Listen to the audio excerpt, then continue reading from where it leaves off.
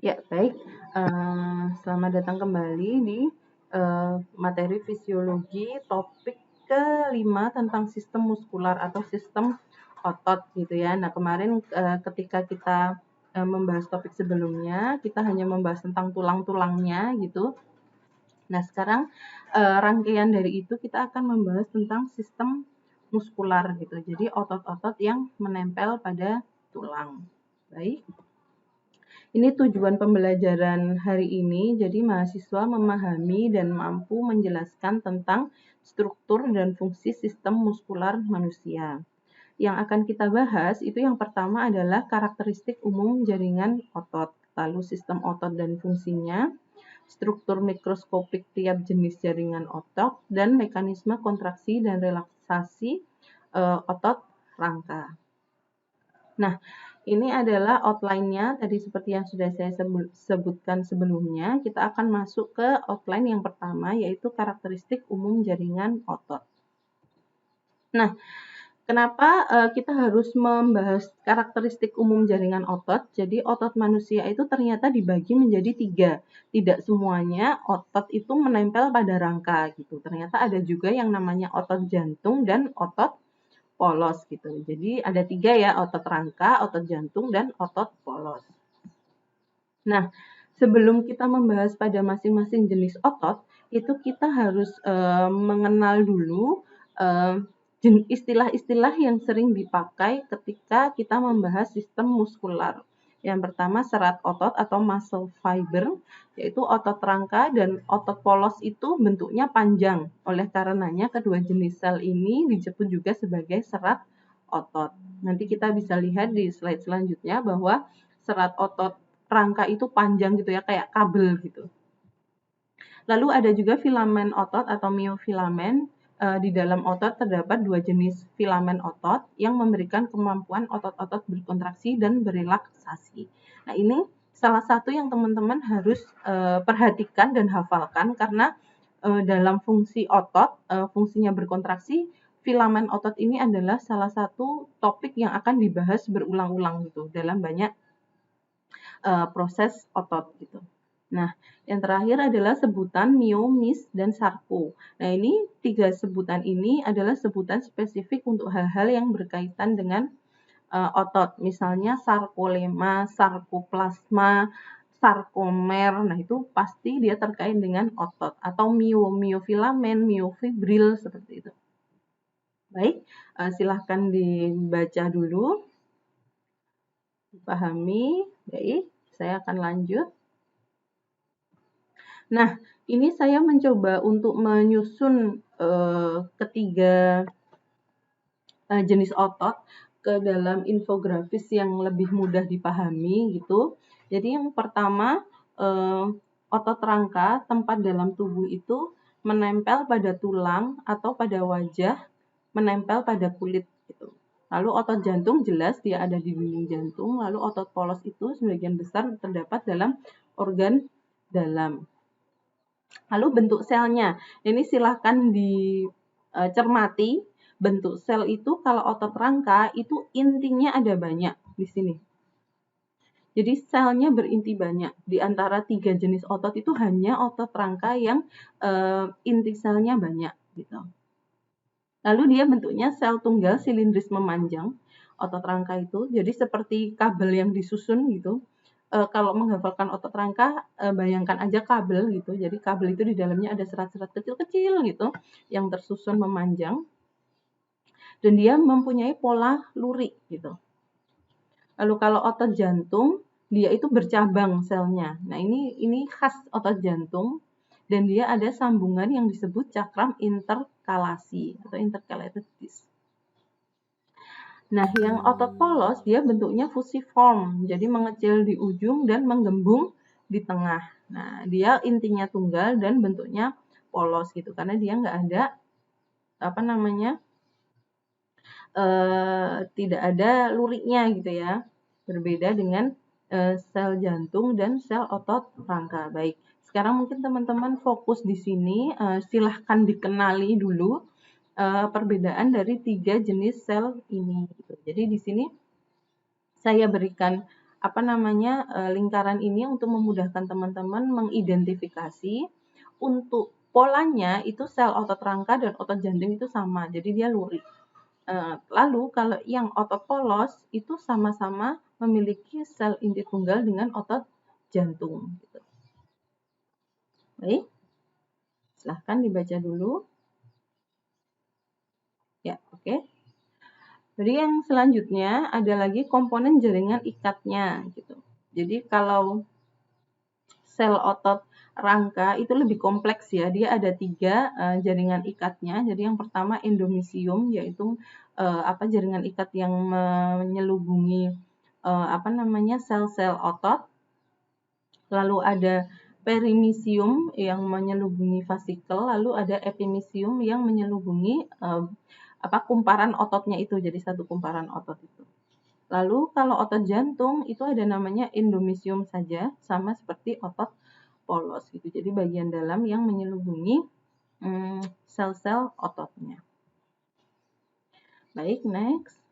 Nah, ini kecepatan kontraksi otot rangka itu lambat sampai cepat. Jadi yang teman-teman pikirkan otot rangka kontraksinya seperti apa? Ya bisa lambat, bisa cepat. Jadi kayak teman-teman itu bisa jalan pelan-pelan, bergerak dengan pelan, bisa juga bergerak dengan sangat cepat gitu. Tapi karakternya otot rangka itu mudah lelah. Gitu.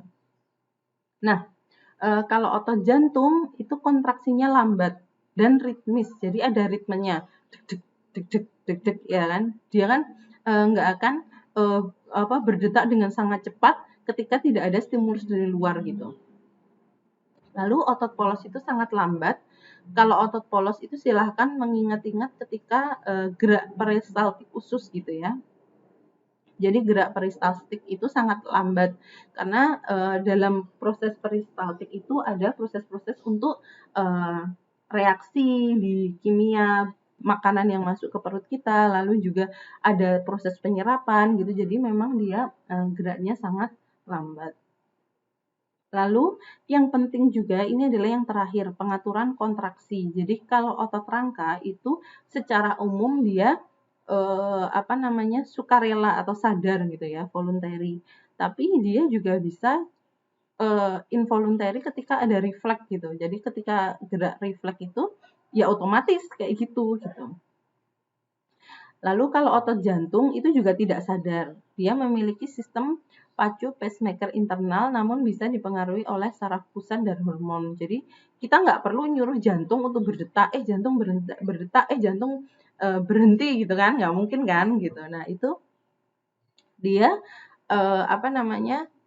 memiliki sistem pacu internal, jadi dia bisa menstimulasi dirinya sendiri untuk bisa berdetak gitu ya. Nah ini tidak sadar, jadi misalnya teman-teman ketemu nih sama idolanya, sama gebetannya gitu. Nah secara tidak sadar jantungnya berdetak tuh gitu. Nah itu adalah mekanisme secara tidak sadar teman-teman ada hormon yang keluar di dalam tubuh sehingga memacu otot jantung untuk berdetak lebih cepat gitu. Nah, jadi jantung itu bisa tidak sadar, bisa juga dipengaruhi oleh sistem saraf pusat atau kesadaran kita. Lalu selanjutnya akan ada otot polos. Jadi otot polos itu dia tidak sadar, tapi juga bisa dipengaruhi oleh sistem saraf pusat, bisa juga dipengaruhi oleh hormon atau zat kimia dan peregangan usus. Jadi kalau ususnya terlalu penuh, dia akan mendorong otot polos itu untuk bergerak lebih cepat gitu ya. Jadi lebih lalu dikeluarkan melalui feses. Nah, zat kimia yang merangsang otot polos itu misalnya ketika kita makan pedas gitu. Nah, ada zat yang namanya capsaicin dari cabai itu. Nah, dia merangsang gerak otot polos di usus supaya bergerak lebih cepat sehingga mengeluarkan zat yang dianggap oleh tubuh itu sebagai zat yang berbahaya oleh tubuh. Baik. Nah, ini ada satu lagi karakteristik ototnya, bentuk dan susunan otot gitu. Nah, untuk otot rangka itu sangat bervariasi tergantung pada fungsi dan lokasinya gitu. Nah, ada juga otot jantung yang dia membentuk angka 8. Jadi, otot jantung itu sangat spesifik ya, bentuknya seperti angka 8 karena dia ketika yang bawah itu, yang bulatan di bawah itu berkontraksi, dia akan mengalirkan darah ke seluruh tubuh gitu. Nah, kalau otot polos itu bentuknya seperti gelindong dengan 2 lapis otot yang tersusun sirkuler dan longitudinal. Baik. Nah, sistem otot dan fungsinya. Jadi sistem otot itu lebih fokus ke otot rangka gitu. Jadi nantinya ke depannya kita akan membahasnya tentang otot rangka. Jadi otot jantung dan otot polos itu akan lebih dijelaskan di masing-masing topik yang terkait dengan itu. Misalnya nanti untuk jantung akan dibahas di sistem kardiovaskular atau jantung dan pembuluh darah. Lalu yang sistem otot polos, misalnya banyak di saluran cerna, akan dibahas di sistem gastrointestinal. Baik. Nah, ini sistem otot dan fungsinya. Jadi ini kita fokus di otot rangka ya. Jadi kita switch dulu pikiran kita ke sistem otot rangka. Jadi yang pertama itu menghasilkan gerakan, itu jelas. Menjaga postur dan posisi tubuh itu jelas. Menghasilkan panas tubuh itu juga jelas. Jadi kemarin mungkin di bab sebelumnya sudah dijelaskan. Jadi ketika tubuh dingin itu tubuh akan memberikan memberikan perintah untuk menghasilkan panas tubuh, salah satunya dengan cara menggigil gitu ya, atau menggerak-gerakkan tubuh kita sehingga menghasilkan panas. Lalu menstabilkan sendi. Jadi sendi itu kan kemarin sambungan antar tulang gitu ya. Nah, dia akan lebih stabil, lebih kuat jika ditopang oleh otot gitu ya. Nah, fungsi tambahan lain. Nah, itu struktur dan fungsi otot itu sudah hanya itu saja secara singkat. Nah, ini yang agak rumit akan masuk di sini. Jadi ini struktur makroskopiknya dulu. Jadi ketika otot itu dibuka, dia akan terdiri dari beberapa lapisan gitu. Yang paling luar, jadi kalau kita bayangkan otot gitu, nah itu lapisan tipis yang membungkus otot yang paling luar itu disebut dengan epimysium. Epi itu selalu permukaan. Jadi ketika kita apa ya yang paling luar, ingatlah epi itu. Epidermis, epimysium, apapun yang depannya epi itu biasanya adalah jaringan yang terletak paling luar gitu. Nah, lalu di dalamnya itu ada buntalan yang lebih kecil yang disebut dengan vasikel. Nah, ini dibungkus oleh perimysium. Lalu dia akan kalau dibuka lebih kecil lagi, dia akan namanya muscle fiber atau sel-sel otot. Jadi sel-sel otot ini berkumpul banyak di setiap sel otot ini dibungkus oleh endomysium, lalu dia berkumpul menjadi satu vasikel dibungkus oleh perimysium, lalu dia membentuk kumparan otot ini dibungkus oleh epimysium. Lalu ujung jaringan ikat yang memanjang dari jaringan ikat yang di dalam otot dia akan menempel di dalam menempel ke tulang yang disebut dengan tendon, gitu ya. Nah, ini baru yang struktur makroskopiknya. Yang struktur mikroskopiknya itu sedikit lebih rumit. Jadi jangan bingung dulu, kita akan berangkat atau kita akan membahas dari nomor 1 dulu. Kita akan fokus di nomor 1. Kita mengingat kembali bahwa sel otot rangka itu adalah sel berbentuk silindris dengan inti sel yang banyak. Di nomor 1 ya. Ini bisa dipahami. Nah, sekarang kita masuk ke nomor 2. Nah, ini ketika satu sel otot diperbesar, itu kita bisa melihat bahwa di sana ada luritnya gitu ya. Nah, lurik itu yang gelap disebut dengan lurik pita A. Lalu yang terang disebut dengan pita I. Lalu juga ada banyak inti sel di sini gitu. Nah, satu sel otot itu dibungkus oleh sarkolema atau kalau dalam sel-sel yang lain disebut membran plasma. Jadi yang membungkus sel itu gitu, lapisan yang membungkus sel. Nah, di dalam sel itu ada yang namanya miofibril. Oke, ini yang nomor 2. Silahkan di-mute dulu teman-teman karena suaranya masuk. Masih ada yang masuk suaranya, mohon di-mute dulu. Baik. Kita akan masuk ke nomor 3. Jadi ketika nanti miofibril itu kita perbesar lagi, jadi kita akan melihat yang namanya unit di sini yang disebut dengan sarkomer.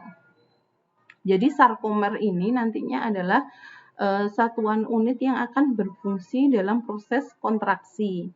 Jadi tadi seperti yang dilihat akan ada yang namanya miofilamen. Tadi di istilah-istilah di awal ada yang sudah dijelaskan yang namanya miofilamen. Lalu miofilamen itu dibagi menjadi 2. Ada yang serabutnya tipis disebut aktin dan juga ada yang serabutnya tebal disebut dengan miosin. Ini di nomor 3 ya. Jadi aktin dan miosin adalah jenis miofilamen. Lalu kita akan masuk ke nomor 4. Jadi ini ketika sarkomer itu diperbesar, satu unit sarkomer itu diperbesar, kita akan bisa melihat bahwa di sini ada yang tebal warnanya merah. Nah, ini miosin atau filamen yang tebal. Lalu ada filamen yang tipis atau disebut dengan aktin gitu. Lalu di sini ada dis Z gitu. Nah, miosin yang tebal itu dia membentuk bagian pita A. Di nomor 2 tadi yang membentuk bagian gelap. Oke, jadi miosin itu adalah miofilamen yang membentuk bagian gelap. Lalu yang aktin dan Z-band, jadi dia akan membentuk bagian yang terang. Ini struktur mikroskopik dari sel otot. Nah, yang perlu kalian highlight dari gambar ini adalah aktin dan miosin dan sarkomer. Jadi kalian harus paham bahwa dalam kontraksi otot itu ada unit yang bertanggung jawab namanya sarkomer. Di dalamnya ada 2 miofilamen, aktin yaitu filamen tipis dan miosin atau filamen tebal. Nah, dari nomor 4 ini secara sederhana kayak gitu. Nah, kita akan lanjut selanjutnya. Jadi mekanisme kontraksi dan relaksasi otot. Jadi mekanisme kontraksi dan relaksasi otot itu akan membahas lebih lanjut tentang bagaimana miofilamen tadi membuat otot bisa berkontraksi gitu ya.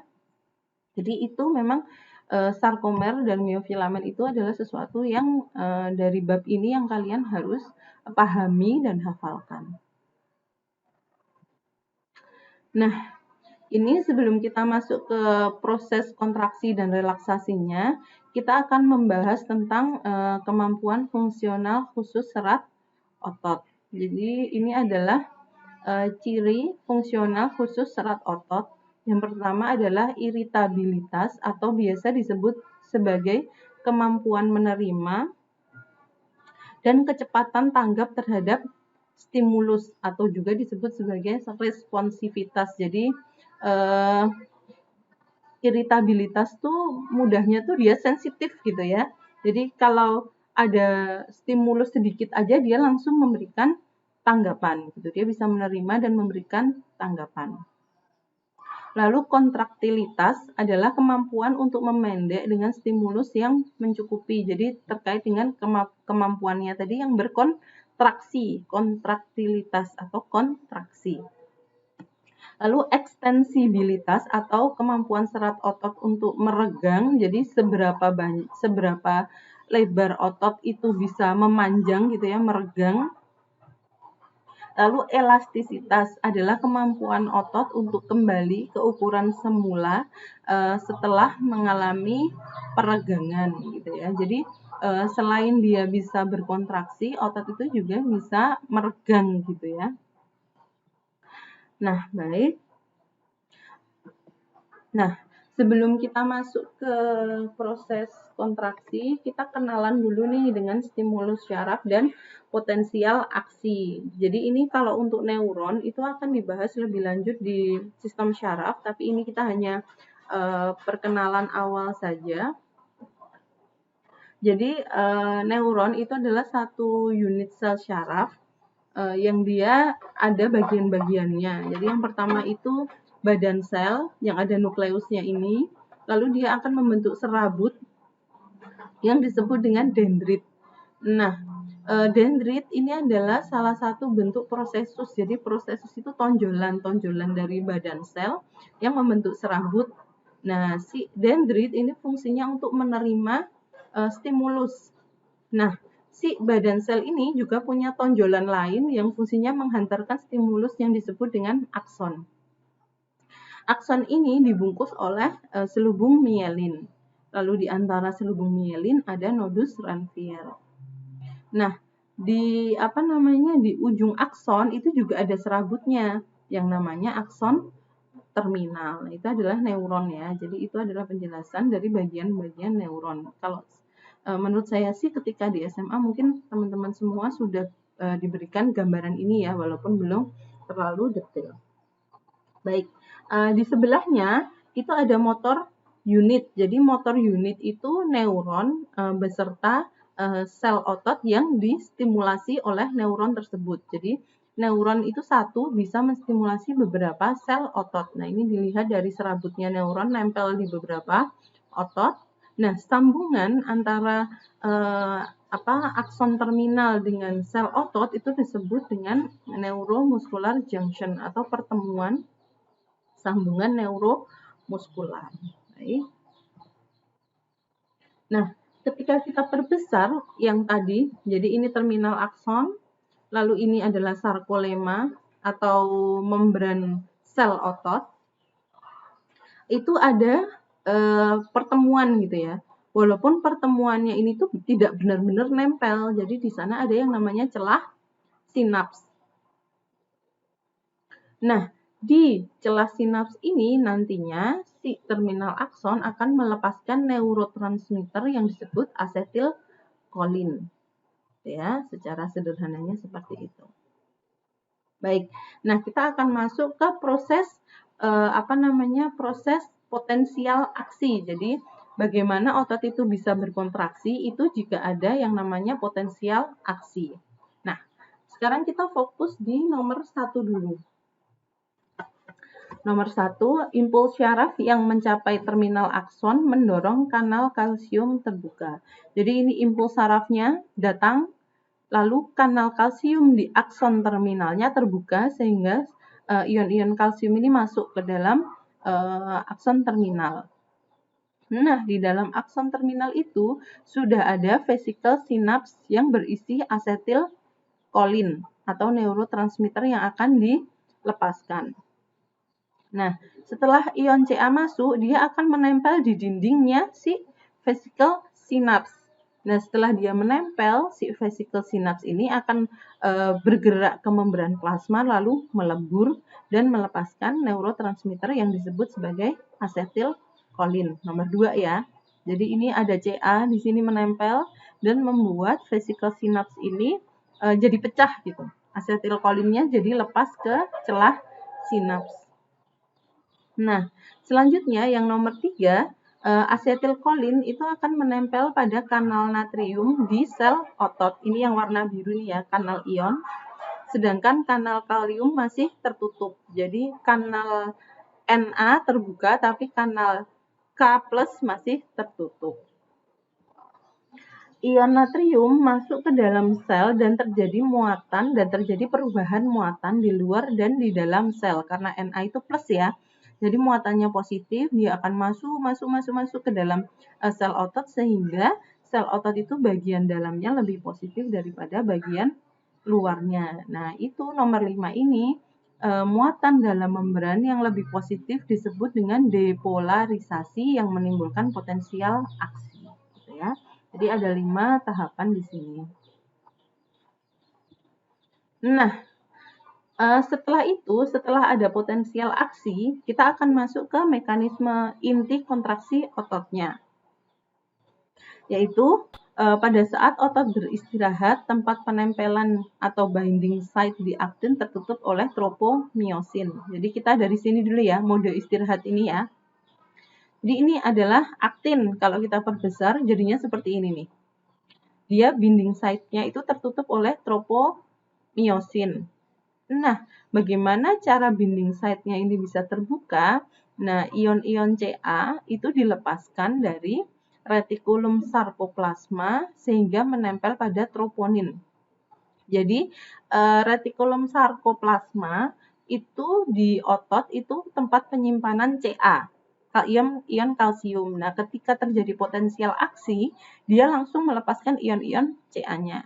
Nah, ion Ca ini seperti kunci.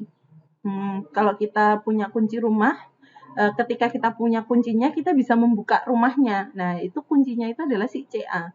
Nah, troponin itu adalah pintunya gitu.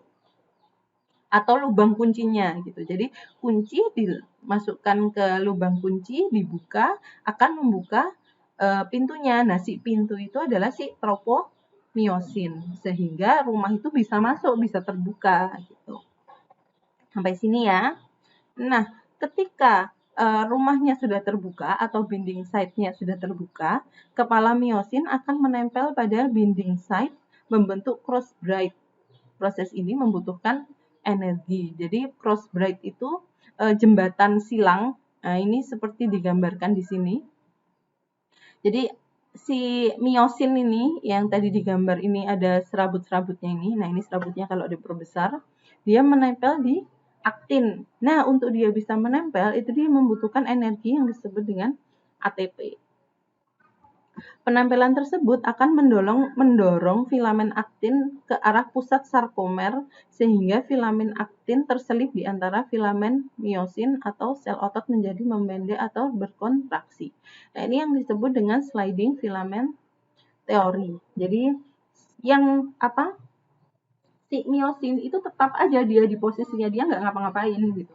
Nah, tapi dia punya serabut yang dia menempel ke aktin, lalu serabut itu yang mendorong aktin untuk mendekat gitu ya, saling mendekat sehingga otot itu berkontraksi gitu. Nah, itu adalah proses kontraksinya. Jadi saya tekankan bahwa itu tidak ada sebenarnya tidak ada yang memendek gitu ya, dari aktin maupun myosin itu panjangnya itu sama gitu. Cuman pada saat kontraksi itu aktin itu terselip di antara serabut myosin sehingga yang tadinya ada jarak menjadi tidak ada jarak. Jadi kesannya seperti memendek gitu.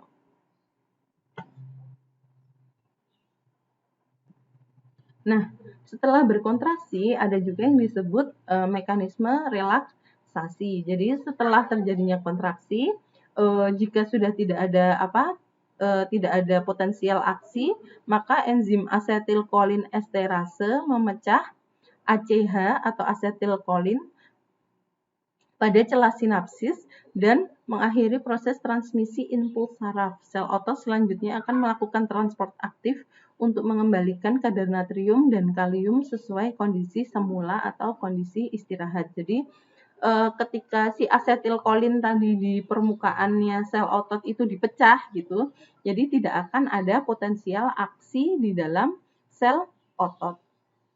Nah, jika tidak ada potensial aksi, maka ion-ion yang tadi bertukar gitu akan kembali ke kondisi semula. Ion kalsium juga akan dikembalikan ke retikulum sarkoplasma untuk disimpan. Lalu setelah ion kalsium dilepaskan tadi dari troponin, maka tropomyosin kembali menutupi binding site-nya aktin sehingga tidak bisa berkontraksi. Nah, selanjutnya itu adalah ketika berkontraksi. Tadi kan disebutkan bahwa ketika berkontraksi itu ada energi yang dibutuhkan gitu ya. Nah, dari mana tubuh itu mendapatkan energinya? Nah, itu ada 3.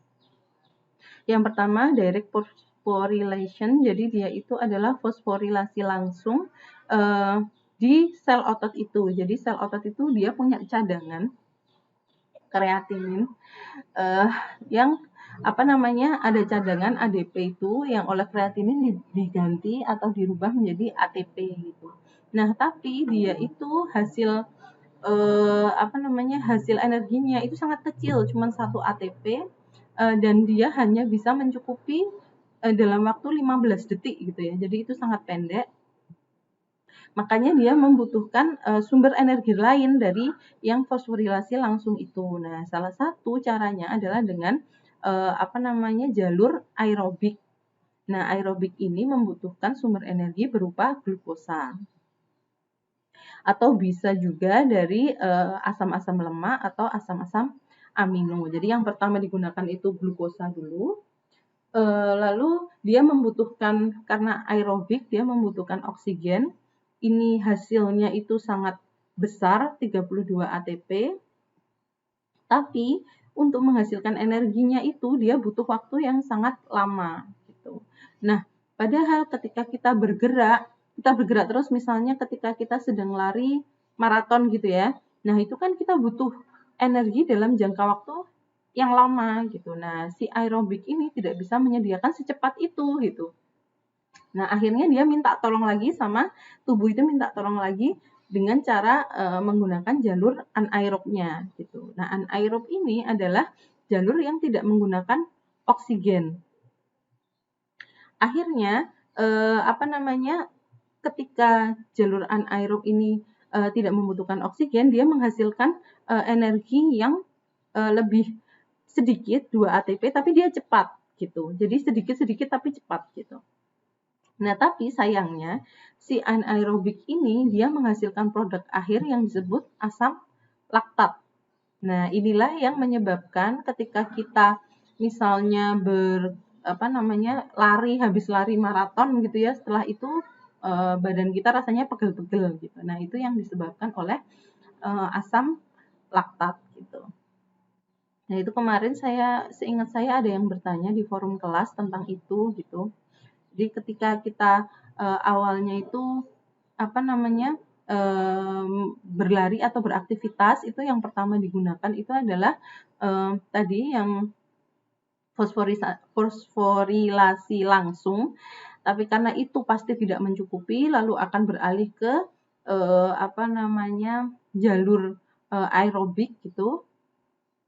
Nah, ketika itu juga tidak mencukupi, dia akan ke jalur yang anaerob. Gitu. Baik. Nah, ini wawasan saja, ada jenis kontraksi otot, jadi isomerik dan isotonik. Jadi kalau isomerik itu kayak ketahanan otot gitu loh. Jadi misalnya kayak kegiatannya itu pengulangannya rendah, jadi seperti kayak angkat berat gitu atau bodybuilding. Jadi dia kayak menahan, misalnya kayak ketika kita pegang gelas di tangan gitu, terus kita nggak boleh gerak, kita harus nahan gitu. Nah, itu namanya isomerik. Nah, kalau isotonik itu seperti kita beraktivitas biasa, misalnya berjalan, berenang, bersepeda, kayak gitu, nah disebut sebagai isotonik gitu. Nah, ini referensi saya dari sini gitu. Buku ini mungkin beberapa juga sudah tahu. Baik, untuk materi hari ini hanya ini saja, cukup sekian karena memang slide-nya tidak banyak. Tapi saya harap setelah ini teman-teman jika belum paham bisa cari di YouTube untuk menonton tambahannya, misalnya seperti mekanisme kontraksi otot atau dalam bahasa Inggris bisa cross break tadi. Atau luangkan waktu untuk membaca proses kontraksi otot lagi supaya lebih paham gitu ya. Sementara untuk presentasinya saya cukup